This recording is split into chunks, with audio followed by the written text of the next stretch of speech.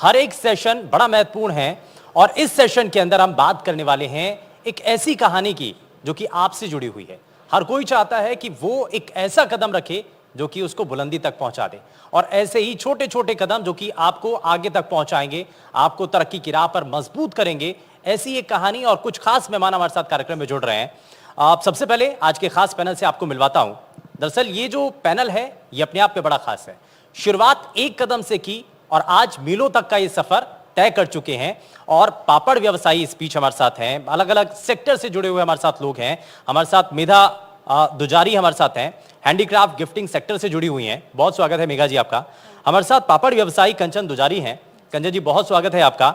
एक लंबे समय से ये पापड़ व्यवसाय में काम कर रहे हैं, भुजिया और ये इस तरीके के सेक्टर में आपका रोल रहा है।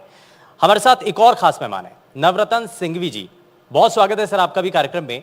पापड़ व्यवसायी हैं ये भी, लेकिन बीकानेर की जो पहचान है उसको आज भी जो दुनिया भर के अंदर मजबूत रही है उसको वो पेश करते रहे हैं और इन्हीं तमाम चीजों को जरा समझने की कोशिश करते हैं, क्योंकि हम भी ये चाहते हैं, आप भी ये चाहते हैं कि आप अपना अगर बिजनेस करें, आप एक छोटी सी शुरुआत कर दें तो आपको जो बुलंदियां हैं वहां तक आप पहुंच पाएं। लेकिन कैसे पहुंच पाएं, इनकी कहानी हम समझेंगे, इनकी कहानी हम सुनेंगे कि कौन कौन सी चुनौतियां थी जो कि इस सफर के दौरान उनको उसका सामना करना पड़ा है। मैं जरा शुरुआत कर रहा हूं कंचन दुजारी जी आपसे ही। लंबा समय हो चुका है, पारिवारिक बिजनेस आपका रहा है, लेकिन पहला कदम कब रखा और कैसे सोचा आपने? पहला कदम 50 इयर्स हो चुके हैं। मेरे ससुर जी ने स्टार्ट किया था घर की ज़रूरतों को पूरा करने के हिसाब से। घर की ज़रूरतों को पूरा करने के हिसाब से मेरे ससुर जी ने ये काम स्टार्ट किया था। उनको 50 इयर्स हो गए। पिछले 12 साल से मैं भी इसमें जुड़ी हुई हूँ, तो अच्छा लगता है और काफ़ी स्ट्रगल उन्होंने किया था। हम जब तक आए तब तक काफ़ी आगे तक पहुँच गया ये काम। और अभी तो मैं देख रही हूँ कि बीकानेर में जब से मैं देख रही हूँ कि लोगों का खाना ही कंप्लीट नहीं होता है कि पापड़ नहीं हो तो। और स्टार्टिंग में ये डाइजेशन के हिसाब से भी शुरू हुआ था, क्योंकि इसमें जो चीज़ें यूज होती है जैसे कि हींग है, काली मिर्ची है, साजी है, ये भोजन पचाने में भी काफ़ी सहायक है। और उसके बाद से ये घर घर कुटीर उद्योग के हिसाब से चालू होने लग गया।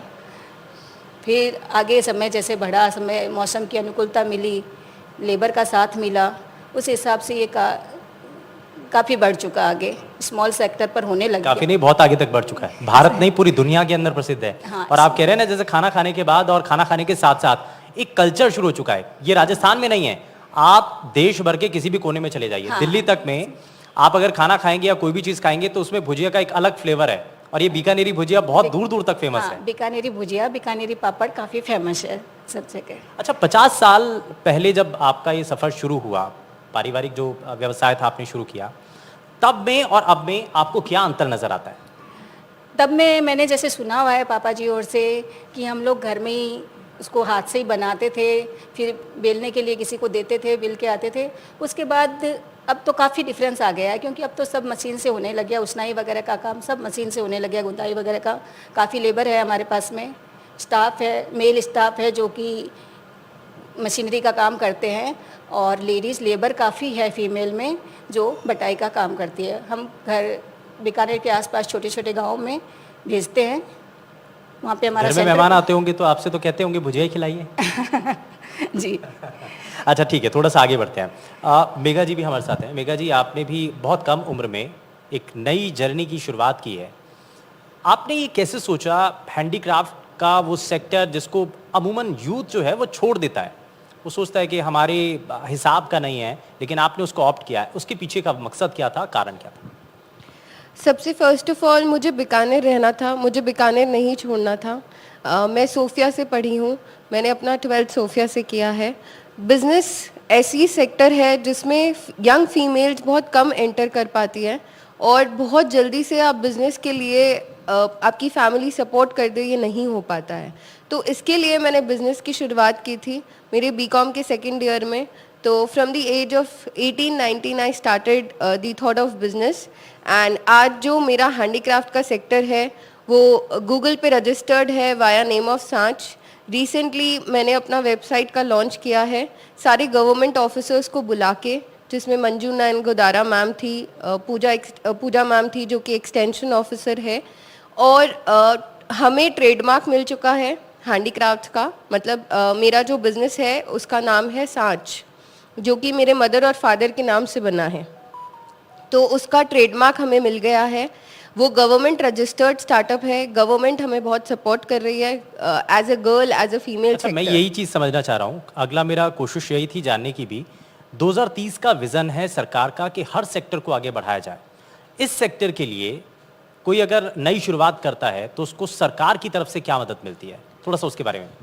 सरकार हमें एक आर्टिशन कार्ड दे रही है। आर्टिशन कार्ड का मतलब ये होता है कि गवर्नमेंट हमें वेरीफाई करती है कि हम आर्टिस्ट हैं, और अगर आपके पास आर्टिशन कार्ड होता है तो इंटरनेशनल लेवल पे जो बड़े बड़े एग्जीबिशंस होते हैं उसका half of the expense government पे करती है, जो कि हाल ही शुरू हो चुका है। 2030 तक और ज़्यादा मिल जाएगा।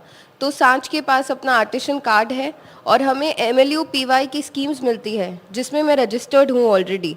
तो हमें इंटरेस्ट फ्री मिलता है, यानी कि पूरी पूरी सब्सिडी गवर्नमेंट लेती है, हमें कुछ भी अपने साइड से नहीं लगाना होता। तो मिशन 2030 हैंडीक्राफ्ट को एक ऐसे सेक्टर पे पहुंचाना चाहता है जिससे इंडिया की GDP पे इफ़ेक्ट पड़े, क्योंकि ये ऐसा सेक्टर है जिससे बहुत ज़्यादा इनकम हो सकती है, वो इंडिया में कम हो रही है। तो मिशन 2030 इसी फोकस पे है कि वो इंडिया को इस सेक्टर में आगे ले आए। ठीक है, भारत को आगे बढ़ाना है तो हर स्टेट को भी मजबूत करना होगा, और हर स्टेट के अंदर अंदर हर जिले की जो अपनी पहचान है उसको भी आगे बढ़ाने की इसमें कोशिश होनी चाहिए। नवरत्न जी भी लगातार हमारे साथ हैं। नवरत्न जी, ये पापड़ व्यवसाय के बारे में आपने कैसे सोचा, आपकी क्या कहानी है? मेरे फादर ने स्टार्ट किया था। हाँ, मेरे फादर मदर ने स्टार्ट किया था। अब 48 ईयर्स हो गए काम करते। हाँ, मैं जब 12 साल का था मैंने ज्वाइन किया था बिजनेस। हाँ। अच्छा, तो जब पहला आपने कदम रखा आपके परिवार में, उसके बाद वो उसी तरीके से पारिवारिक रूप से आप काम करते रहे, आपके पास जब आया बिजनेस, आपने उसको एक्सपेंड करने के लिए, बढ़ाने के लिए आपने क्या और सोचा उसके बारे में? और आपको लगता है कि पहले के समय में और आज के समय में बिजनेस करने के तरीके में भी कुछ बदलाव आया है? बहुत ज़्यादा फर्क आ गया। पहले थोड़ा इजी था, अब थोड़ा हार्ड हो गया, टफ हो जैसे? गया मार्केट। जैसे GST इस तरीके से? नहीं, ये उसके अलावा भी काफ़ी चीज़ें हो गई। बता हर 3-4 महीने बाद पता लगता है साहब ये चीज़ चेंज हो गया, आप उसको चेंज करो। उस एक चेंज के चक्कर में बहुत थैली प्रिंट होता है, उसके अंदर क्या होता है कि आइटम सारे प्रिंट होते हैं। अब उसका क्या है, ये गवर्नमेंट चेंज कर दी थी। मैंने अभी सर्वे करवाया था, तो अभी एक नया डाले, पर ग्राम आप रेट लिखो इसमें। मैंने कहीं से पूछा आपने कभी इसको नोटिस किया, पर ग्राम आप क्या कर रहे हो? हमको मैथ्स के टीचर थोड़ी जो उनको पढ़ाएंगे कि इसका पूरा पैकेट का रेट ये पर ग्राम ये। उसके बाद जो प्रिंटर आता है, जो हम कोड वगैरह प्रिंट करते हैं, वो 4 लाइन का 5 लाइन का ऐसा होता है, वो मशीन की मशीन चेंज करनी पड़ती। तो काफ़ी चेंजेज है इसमें, कई चीज़ें ऐसी आ गई हमारे को कि वो सर्वे। क्वालिटी चेक को लेकर के भी कोई सवाल रहता है? क्वालिटी को जो होता है, वो पहले जो रॉ मटेरियल होता था और अभी में उसमें भी बहुत फर्क आ गया। अच्छा, कंचन जी, आप कुछ कहना चाह रही हैं इसमें? हाँ, वो पर ग्राम के वाली प्रॉब्लम तो सब में आ रही है कि पर ग्राम का हिसाब निकालो, पर ग्राम में दो उसको, तो वो एक थोड़ा सा हाँ, मुश्किल काम है। ठीक है। तो अच्छा, इसमें एक चीज़ और, मैं शुरुआत तो मैंने जान ली है कि आपने शुरुआत कैसे की है, लेकिन अब इसमें आगे बढ़ते हुए कैसे और नयापन लाया जाए, क्योंकि अब तकनीक का ज़माना भी है। ऑनलाइन हम हर चीज़ को, जैसा कि बताया मेगा ने भी कि उन्होंने पेटेंट करा रखा है, उन्होंने अपनी वेबसाइट बना रखी है, तो ऐसा करके आपको लगता है कि बिज़नेस और भी ज़्यादा तेज़ी से ग्रो होता है? हाँ, बिजनेस अब ग्रो करेगा क्योंकि अपने पास काफ़ी लेबर है, फीमेल लेबर काफ़ी आगे आ रही है इसको करने के लिए, तो उस हिसाब से अपने को ग्रो करेगा बिजनेस। और काफ़ी चीज़ें अपने को रॉ मटेरियल यहाँ पे आराम से मिलने लग गया है। बीकानेर में खेती का भी अच्छा साधन हो गया है आसपास के गांव में, कि अपने को जैसे मूंग दाल है, मुगर है, ये उड़द दाल है, सब इजीली मिलने लग गया है, और मौसम भी अनुकूल हो गया है बीकानेर का, तो काफ़ी ग्रो करेगा ये आगे चल के। ठीक है, यानी कि आने वाले टाइम में और ज़्यादा ग्रो करने की आने वाले उम्मीद है। टाइम में मेगा जी, गवर्नमेंट इसमें का सपोर्ट रहेगा। हाँ, अगर सरकार का सपोर्ट इसमें रहेगा तो और भी ज़्यादा जो और भी ज़्यादा ग्रो नए जो करेगा। खिलाड़ी हैं या जो नए लोग हैं जो आना चाहते हैं इस फील्ड के अंदर भी अपना एक कोशिश करना चाहते हैं, पहला कदम रखना चाहते हैं, उनके लिए बहुत कुछ हाँ, इसमें सरकार अभी भी सपोर्ट बना हुआ कर है। भी रही है, आगे हाँ। भी करेगी तो ग्रो तो करेगा। ठीक है, इसमें मैं मेगा जी आपसे एक चीज़ जानना चाह रहा हूँ कि एक तरफ सरकार की मदद है, एक तरफ जो नए लोग हैं उनकी कोशिश है, तो उसमें सबसे बड़ा चेंज आपको क्या नज़र आया है? पहली चुनौती क्या होती है, पहली परेशानी क्या होती है, थॉट प्रोसेस क्या होता है? हम अगर कुछ करना चाहते हैं, हमने कुछ सोचा है, तो पहला हर्डल क्या आता है हमारे सामने? हम सोच नहीं पाते, हमें करना है लेकिन हम सोच नहीं पा रहे हैं उसके बारे में? पहला जो थॉट प्रोसेस आता है, जनरली मैं यंग लोगों की बात करूंगी, नए लोगों की बात करूंगी। अगर नए लोग बिजनेस में जाना चाहते हैं या किसी भी सेक्टर में जाना चाहते हैं, जो फर्स्ट हर्डल आता है वो उन्हें ऐसा लगता है कि हमें एक इन्वेस्टमेंट चाहिए बहुत बड़ा, जो कि मेरे अकॉर्डिंग, क्योंकि मैं अपने पर्सनल एक्सपीरियंस से बता रही हूँ, हमें बहुत हैवी इन्वेस्टमेंट की ज़रूरत स्टार्टिंग एज में नहीं होती है। जैसा कि अगर आप खुद को प्रूव नहीं करोगे, ना गवर्नमेंट आप पे भरोसा कर पाएगी, ना ही आपकी फैमिली। तो आपको एक बहुत ही छोटे इन्वेस्टमेंट से स्टार्ट करना चाहिए। आपको अपने प्रॉफिट लेवल स्टार्टिंग में एकदम कम रखने चाहिए, जिससे कस्टमर को बेस लेवल पे आप पे ट्रस्ट हो जाए या आप पे भरोसा हो जाए।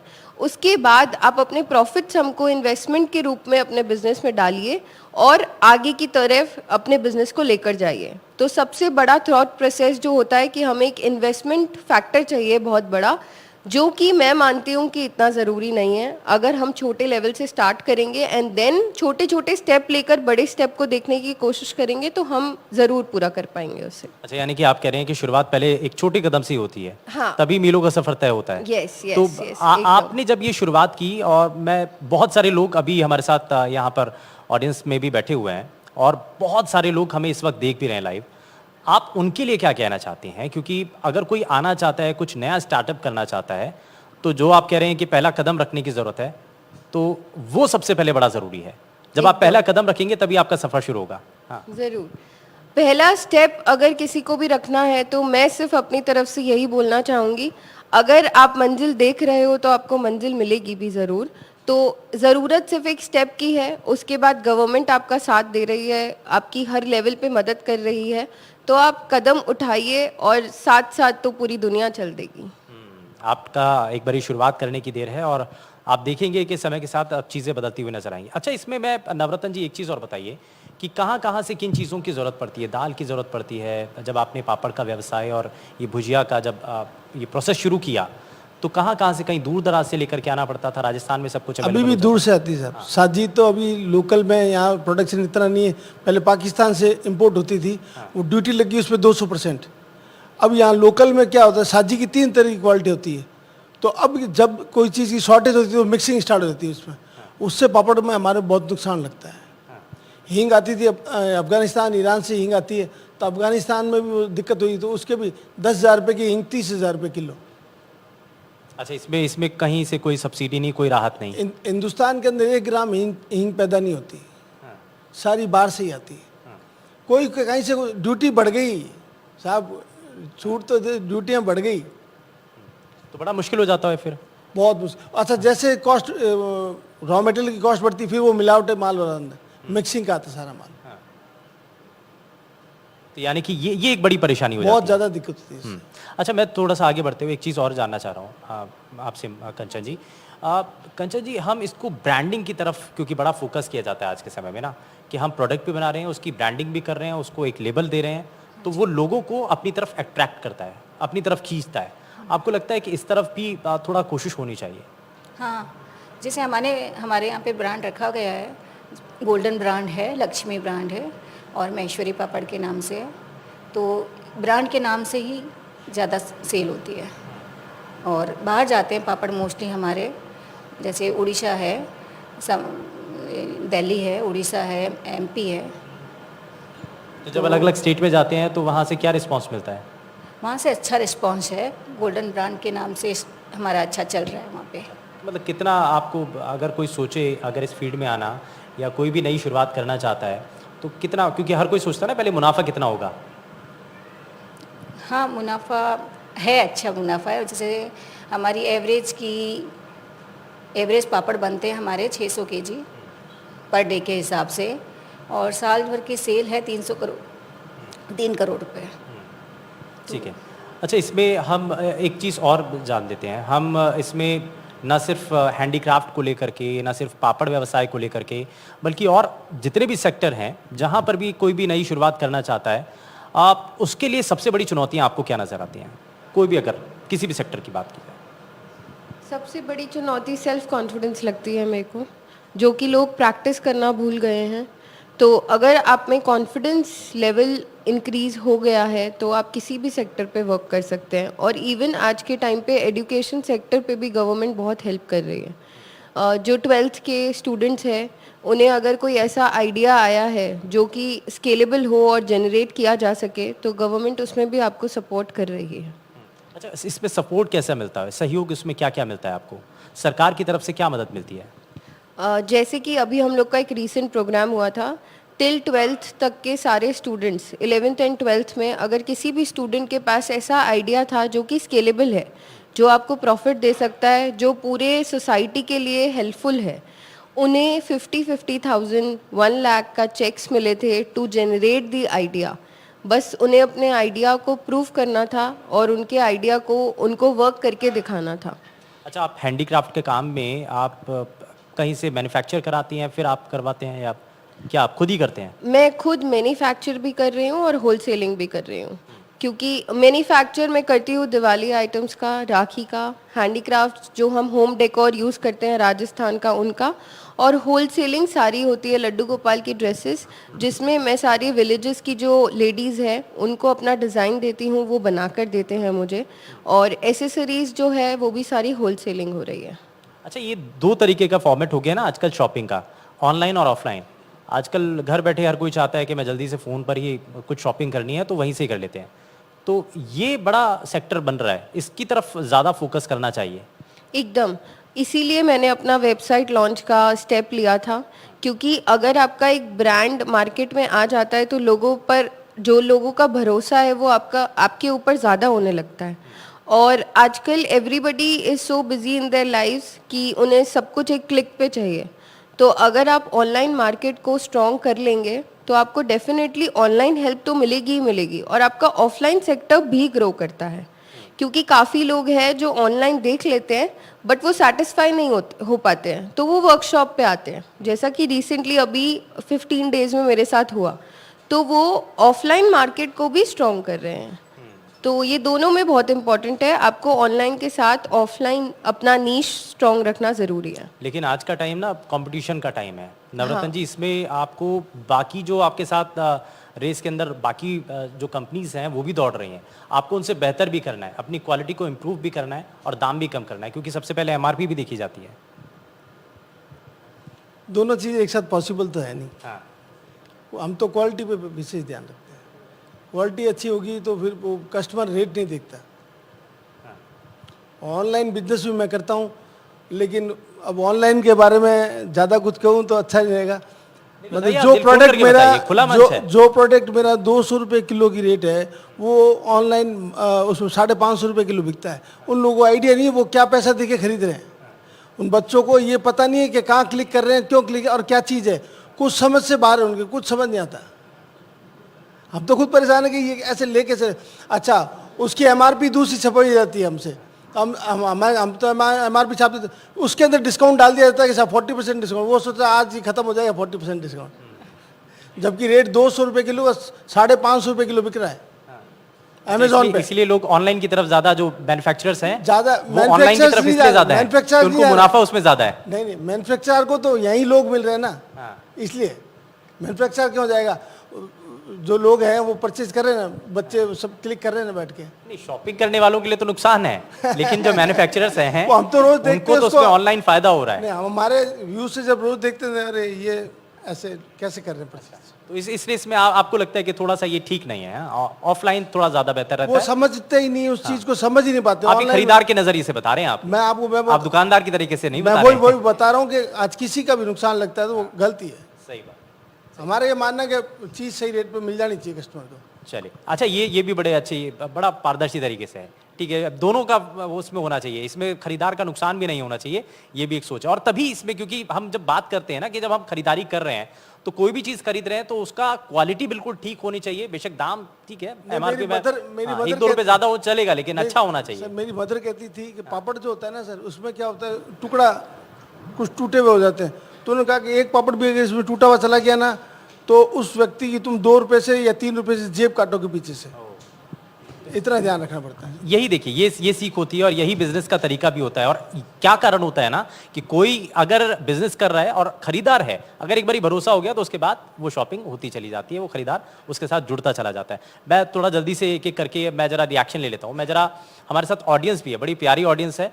मैं चाहता हूँ कि एक एक करके किसी के मन में सवाल हो या कुछ बताना चाहते हो, बिजनेस ग्रो करने के लिए छोटे छोटे जो उद्योग हैं कैसे आगे बढ़े, आपके मन में इच्छा है कि आप भी बिजनेस करना चाहते हैं, तो हमारे साथ देखिए ये आपके सामने सभी ऐसे खास लोग हैं जो कि जीरो से शुरू करके आज टॉप तक पहुंच चुके हैं। तो अगर किसी के मन में कुछ सवाल है, कुछ बताना चाहते हैं, अगर आपके मन में सवाल है, आप कुछ पूछना चाहते हैं, बताना चाहते हैं? हाँ,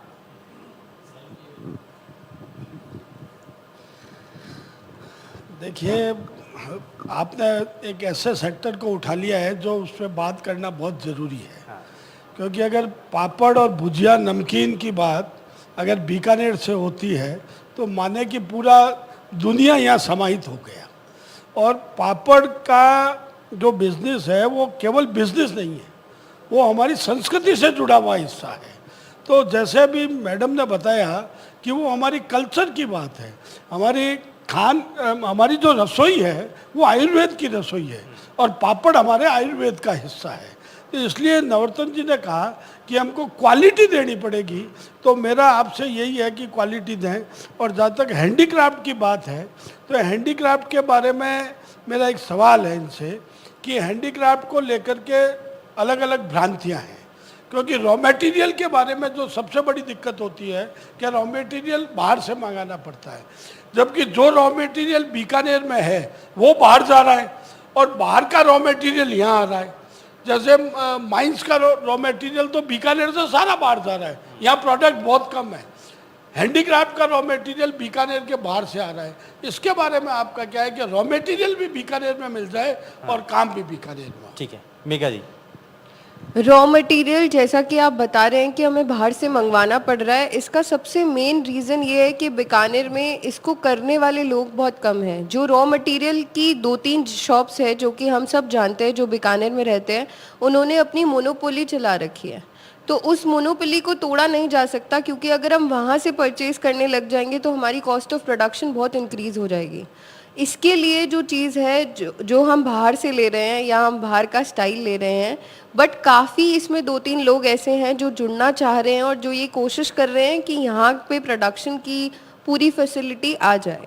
तो ये प्रोसेस चल रहा है, बट मैं इसमें श्योर नहीं हूँ कि पूरा का पूरा रॉ मटेरियल कब तक बीकानेर में मिलना स्टार्ट हो जाएगा। चलिए ठीक है, अगर किसी के मन में सवाल है या कुछ पूछना चाहते हैं तो आप पूछ सकते हैं जी। मेरा निवेदन मैम से और नवरत्न जी से है कि पापड़ के अंदर सबसे बड़ा जो रॉ मटेरियल है वो सांजी होती है। और सांजी मुझे ध्यान है कि जब हम छोटे थे और घर पे जब पापड़ बेलते थे मम्मी हो, तो अनूपगढ़ से सांजी आती थी उस समय, आज से करीब बिफोर 30 ईयर्स बिफोर। और जिस तरीके से आपने कहा कि इसके ऊपर अगर इतनी एक्साइज ड्यूटी है और बाहर से आ रही है, तो गवर्नमेंट से इस बात की आपके माध्यम से बात जानी चाहिए कि निश्चित रूप से यहाँ सबसे बड़ा उद्योग अगर कोई है, और उद्योग भी नहीं, जो आपने कहा वो ठीक बात कही कि हमारे संस्कृति बन गई हमारी ये। और तो इसके अंदर हमें जो सांझे की जो प्रॉब्लम आ रही है, जिसमें इतनी बड़ी एक्साइज ड्यूटी होने से ये जो एक, क्योंकि ये स्मॉल स्केल इंडस्ट्री, इस पर यहाँ पे लाखों लेबर का जो काम है वो हर कच्ची बस्तियों के अंदर औरतें पापड़ बेल के घर चलाती है। तो सांझे के ऊपर एक्साइज ड्यूटी कम हो, इससे आपसे हमारा निवेदन है कि इसके लिए आप। और इसीलिए देखिए ये इस मंच की खूबी यही है कि यहाँ सिर्फ सवाल नहीं है, यहाँ उसका जवाब भी है, यहाँ समाधान, क्योंकि जब चर्चा करेंगे तभी उसका समाधान निकलेगा। और बड़ा बेहतर आपने बताया और एक अच्छा सुझाव भी है। और हमारी कोशिश यही है क्योंकि इस मंच के जरिए न सिर्फ प्रशासनिक अधिकारी, सरकार के लोग भी इस वक्त ये कार्यक्रम देख रहे हैं, उन तक ये बात पहुँच रही है। और लेकिन एक और चीज़ जाते जाते जी आप कुछ पूछें। एक बात ये है कि ये जो स्मॉल स्केल इंडस्ट्री है, इसको ग्रो करने के लिए अगर हम देखें तो माइक्रो फाइनेंस जो है ना, वो सबसे अच्छी भूमिका निभा सकता है। आंध्रा में, गुजरात में, तमिलनाडु में, वहाँ पे माइक्रो फाइनेंस ने बहुत अच्छा काम किया। बंगाल से शुरू हुआ था, ईस्ट बंगाल से। तो माइक्रो फाइनेंस इसमें बहुत बढ़िया भूमिका अदा कर सकता है। परंतु बीकानेर के अंदर अगर हम देखें तो सेल्फ हेल्प ग्रुप्स जो हैं बहुत कम हैं, उनका डेवलपमेंट नहीं हुआ है। पुराने ज़माने में जो ट्रेडिशनल पापड़ का बिजनेस था, तो दुकानदार जो भी थे पापड़ बनवाने वाले, वो छोटे छोटे बक्सों में पापड़ की लोइयाँ लपेट करके वो भेजा करते थे, वो सिर पे रख करके लोग ढोया करते थे, घरों तक पहुँचाया करते थे, शाम को पापड़ इकट्ठा कर किया करते थे। वो जो सीन 30 साल 35 साल 40 साल पुराना था, वो सीन आज नहीं है। परंतु सेल्फ हेल्प ग्रुप्स जो हैं वो आज भी अपनी महती भूमिका जो है जो कॉटेज इंडस्ट्री है उसको डेवलप करने के लिए और इसमें काम कर सकते हैं, और इसमें बहुत बड़ा एम्प्लॉयमेंट जो है वो एक क्रिएट हो सकता है, और ख़ास करके महिलाओं का जो एम्प्लॉयमेंट है वो इसमें बहुत अच्छा बढ़ सकता है। तो इस दिशा में भी जो ये न्यू एंटरप्रेन्योर्स हैं इनको उस पर ध्यान देना चाहिए, और इस तरीके का जो SHGs हैं वो बनवाने चाहिए, सेल्फ हेल्प ग्रुप्स बनवाएं छोटे छोटे महिलाओं के।